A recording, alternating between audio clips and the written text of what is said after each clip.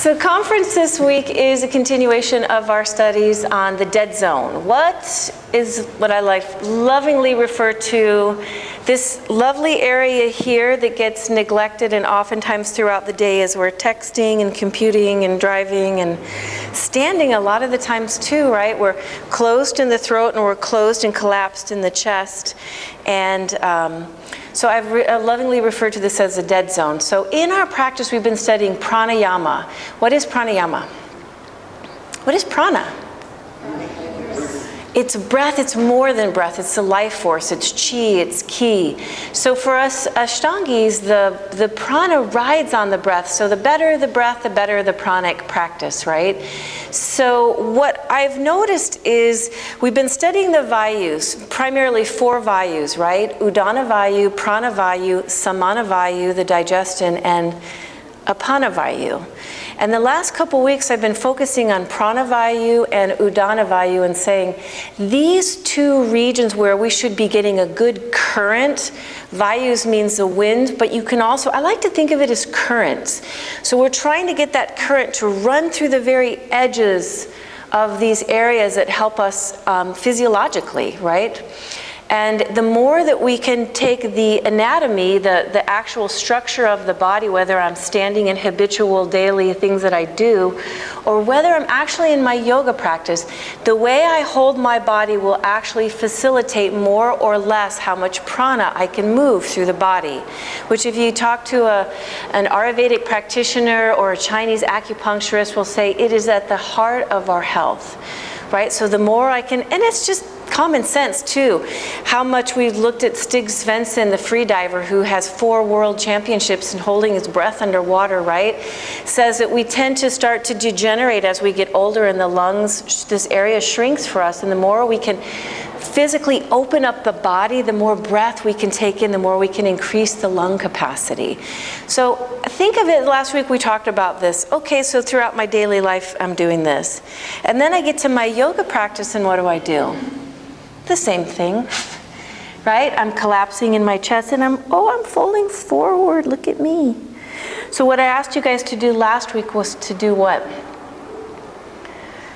May's demonstrating it for us, to like pull out of the folding part and extend into extension rather than flexion, to have more extension. And doing that, we talked about how it's going to increase the oxygen you're taking in, your ability to dump the CO2 as well. So we're going to oxygenate ourselves more, which is going to service every single cell in your body. But also I want today to take this even a step further because you guys are yoga practitioners, so we know this serves us in our pranic practice. Those windmills we talk about, the chakras, getting that current, that energy, moving those windmills for our emotional, our spiritual process is huge in the heart. That's where we make that transition into sort of our spiritual evolution, into the throat and kind of standing up and standing into who we are. So think of breath, prana, is consciousness. So you know that in your practice, if you guys are, we first learn how to do our practice. We inhale our arms up and we exhale our arms down. We could still be puppets at it, right? Like I'm inhaling my arms up and I'm exhaling my arms. I'm getting it right. I'm not exhaling my arms up and inhaling them down, right? But still, you are just touching, just scratching the surface of a yoga practitioner moves prana, moves it up through the edges of the body and down through the edges of the body. So we add this third component, which is consciousness. So now I am more present and I'm more conscious, I'm more alive when I am fully breathing and aware of my breathing. So I want to tell you a little story about Buddha. So there's a beautiful depiction of Buddha behind me, always here at the Shala. And if you notice how Buddha is sitting, he's sitting perfectly with his prana vayu open and his udana vayu is beautiful. Always the depictions of him are like this. Stig Svensson is also a yoga practitioner. He said, did you ever notice when yogis do a breath practice, they don't do it like this? Right? How do we do our breath practice? Like this. Anatomically, this services my breath practice, right? But it also services our consciousness around it. So one of my favorite Buddha stories, which if you've heard this Buddha story, it's always like told a little bit differently. It's kind of one of the Indian traditions. Buddha, who is a prince in, this is the most important question today, is a prince in what country? India. We know Siddhartha, right? He was sort of disillusioned, and so he went on a pilgrimage, left his kingdom and traveled around, found himself under a Bodhi tree, and was enlightened, right? So what happened after Buddha was enlightened? Did he sit like this and kind of lift into the heavens? What happened after Buddha was enlightened? Started teaching. So this is important because Buddha was like, he was so conscious that he was like, it's not enough just for me to have found this, to have this, but I want everybody to be able to be enlightened. I want everyone to feel this good, right? And I think a little bit of a recent podcast with Wim Hof and Stig Svensson's TED Talk. And Wim Hof, it was so beautiful in there. He was talking about why he's breaking all these world records and why he's doing all this breath practice and training he's doing is because he sort of considers himself a bodhisattva. What's a bodhisattva? It's an enlightened, like a Buddha, it's someone but who doesn't want to just move on. They want everyone to get that. So his whole thing is really about service, is about really sticking around and teaching this stuff so everyone can be healthy, everyone can feel this good. So it's sort of this same idea. So the story of Buddha, back to my story of Buddha. So Buddha, after he was enlightened, taught for 40 years. He traveled all over India teaching how to be enlightened, teaching about suffering and about rising into your higher consciousness. And one of the times when he was going to one of the villages to teach, he was walking down the road and a man saw him from a distance. And the Buddha just was radiant in his being, you know.